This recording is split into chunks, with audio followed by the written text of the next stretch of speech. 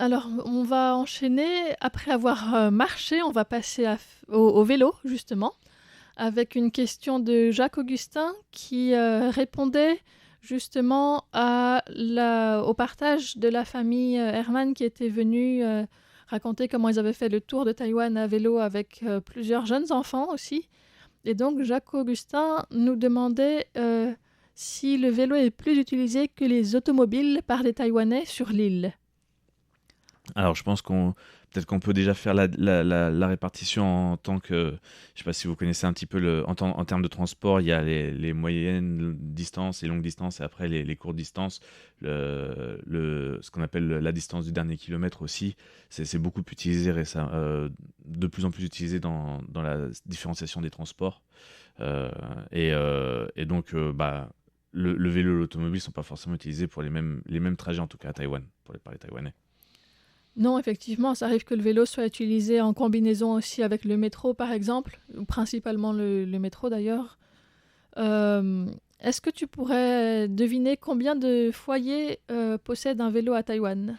Je t'avoue que j'ai pas vraiment d'idée. Je connais pas trop vraiment la pratique du vélo ou la proportion de la pratique du vélo à Taïwan par les Taïwanais en général. J'ai plus une appréciation au niveau des scooters, mais pas vraiment au niveau du vélo. C'est à peu près la moitié. 54% des foyers ont au moins un vélo et en font à peu près, enfin, au minimum une fois par an. Par contre, dans ceux qui en font plus fréquemment, à peu près une fois par semaine ou plus, c'est seulement un quart de la population. Hmm. Donc, c'est pas beaucoup. Mais après, en France, c'est un tiers des ménages qui possèdent au moins un vélo adulte.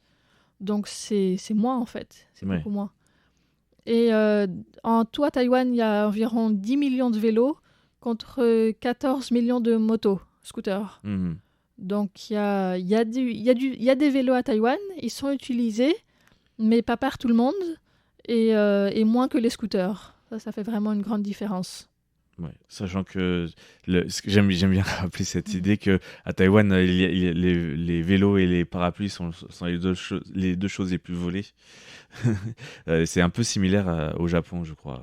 C'est vrai qu'à Taïwan, on dit souvent c'est très sécuritaire, il n'y a pas besoin d'avoir peur, on peut laisser son portable sur la table dans un café, aller aux toilettes, à la bibliothèque, il n'y a aucun problème à avoir par rapport à ça.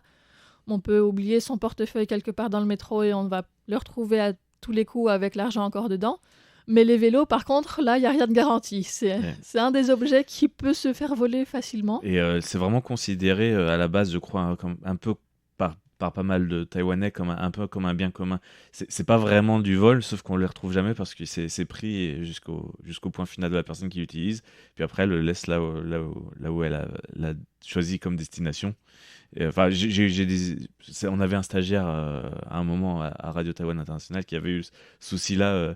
Il avait retrouvé, en fait, c'est une personne ivre qui prenait son vélo à chaque fois et qui terminait plus loin, sauf que au bout de 3 fois, on n'a pas su où il avait terminé parce que les caméras de surveillance ne faisaient pas le suivi jusqu'au bout. Mais les 2 premières fois, il est allé au même endroit et, avec les caméras de surveillance, on avait pu retracer la personne. Et c'est souvent des petites histoires de ce genre. C'est pas forcément toujours le même schéma, mais il y a souvent des histoires de ce genre qui se passent avec les vélos. Il me semble que Lisa s'était aussi fait voler un vélo Hmm. ou deux déjà assez récemment. Oui, oui, j'ai entendu dire ça aussi. Ouais. J'ai pas trop suivi l'histoire personnellement, mais c'est vrai que c'est fréquent quand même pour les vélos. C'est étrange puisque c'est vraiment des objets spécifiques du quotidien des Taïwanais qui font l'objet de vols. Mm, ouais. Donc voilà, après, parmi tous les vélos, donc il y a environ 10 millions de vélos à Taïwan, 460 000 vélos électriques et 140 000 vélos à assistance électrique. Donc où il Hmm. faut quand même pédaler et le vélo aide.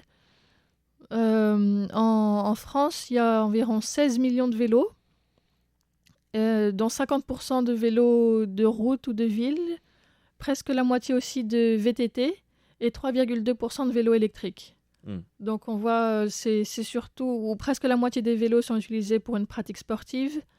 Et à Taïwan aussi, 42% des utilisateurs qui font du vélo au moins une fois par mois, disons, le font pour du sport.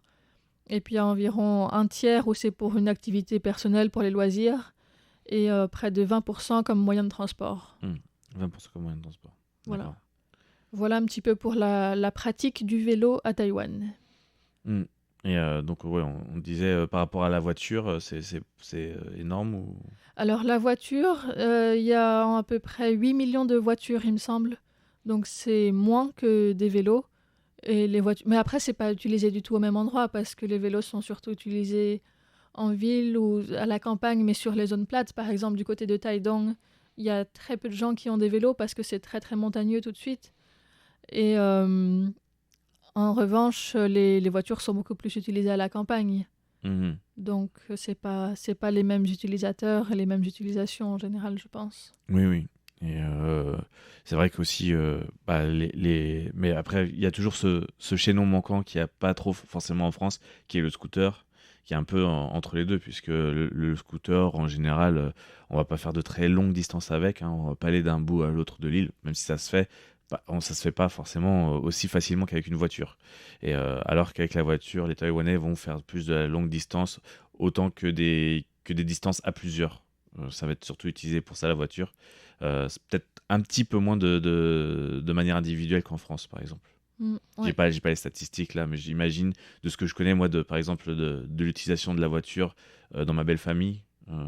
De ce que je sais, c'est qu'ils utilisent la voiture soit pour aller ensemble à plusieurs, 3 à 4 personnes, 2 personnes, à un endroit, parce que c'est plus simple que d'être à deux sur un scooter, ou alors bah, quand il y a des enfants aussi en bas âge, la voiture devient plus évidente en termes d'utilisation. Je connais aussi des gens qui utilisent la voiture personnellement, enfin pour une personne seule quand c'est pour le travail, et peut-être à Taichung ou bien en dehors de Taipei, en tout cas beaucoup plus facilement que dans Taipei. Oui, oui, puis ceux, bien sûr, qui habitent en banlieue, c'est beaucoup plus simple, où ça devient plus rapide de faire de la distance avec l'autoroute que de le faire par les petites routes en scooter. La voiture a pu s'imposer logiquement que le scooter, ou alors partant de pluie aussi, on voit qu'il y a souvent plus de voitures. Aussi, oui, bien sûr. Il y a beaucoup, beaucoup plus vite des embouteillages quand il pleut parce que tout le monde se rappelle que les voitures existent. Oui, et c'est pas forcément des gens qui les conduisent très régulièrement, donc ça fait encore plus d'embouteillages. Et ça, c'est un autre sujet. Oui, voilà. Mais voilà. Donc merci à Jacques Augustin Jacques pour cette Augustin pour sa question. question.